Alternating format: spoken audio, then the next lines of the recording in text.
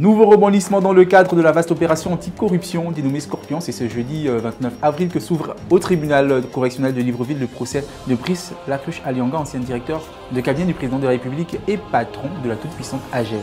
Cette fois-ci en société, c'est Petrogabon qui est sorti de sa réserve après avoir essuyé plusieurs calomnies suite à une série d'explosions. Nous terminerons ce bulletin d'information en santé avec un point sur la situation épidémiologique du Gabon. Bonsoir à tous, c'est tout pour les titres et bienvenue dans ce principal bulletin d'information. Vous regardez le 1945 sur Média 241.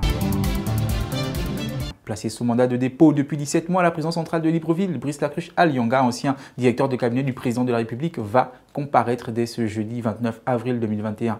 Il avait été interpellé dans le cadre de la vaste opération anticorruption dénommée Scorpion. C'est devant le tribunal correctionnel que sera entendu Brice Lacruche Alianga, poursuivi pour une série de crimes financiers dont malversation financière, détournement de fonds publics, blanchiment de capitaux en bande organisée, concussion et faux et usage de faux.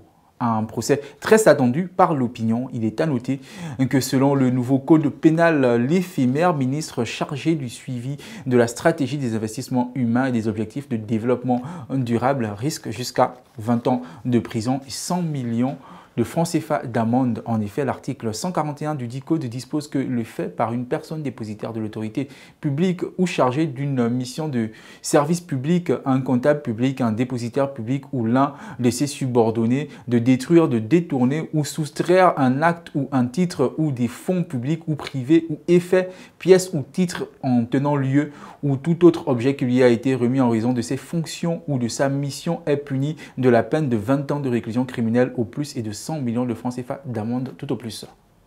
En société, le distributeur de bouteilles de gaz butane à usage domestique Petrogabon est sorti de son silence après avoir été pointé du doigt dans le cadre de la série d'explosions enregistrées il y a quelques semaines. L'opérateur économique a tenu à clarifier la situation via un communiqué publié sur ses réseaux sociaux.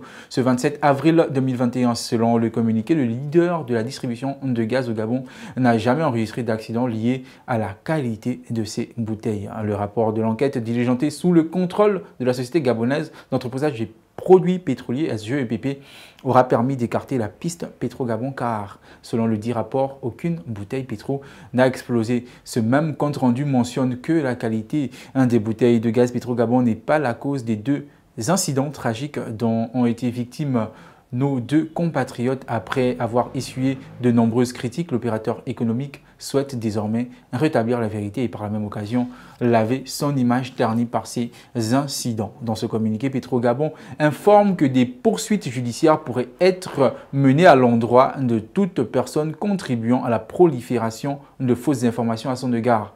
En conséquence, Petrogabon se réserve le droit de porter plainte contre quiconque est à l'origine ou relaie l'actuelle campagne calomnieuse dont elle est victime, indique donc le communiqué. Nous finissons donc en santé. Les efforts consentis dans le cadre de la lutte contre le coronavirus au Gabon semblent porter des fruits. C'est du moins les conclusions que l'on pourrait tirer du point de presse conjointement animé par le ministre de la Santé, Dr Guy Patrick Obiandon, et le professeur Marielle Bouillou, la présidente du comité national de vaccination tenu ce 26 mars 2021 au ministère de la Santé. Le gouvernement a pris d'importantes mesures visant à freiner l'évolution exponentielle de la seconde vague. Ces mesures ont permis de rapidement stabiliser la pandémie et depuis quelques jours, nous observons une baisse de l'évolution de la pandémie avec une diminution progressive d'environ 30% des nouvelles contaminations de malades hospitalisés et de décès, a indiqué le ministre lors de ce point de presse. Selon le dernier rapport du comité de pilotage du plan de veille et de riposte contre l'épidémie à coronavirus COPIL, le Gabon a enregistré 135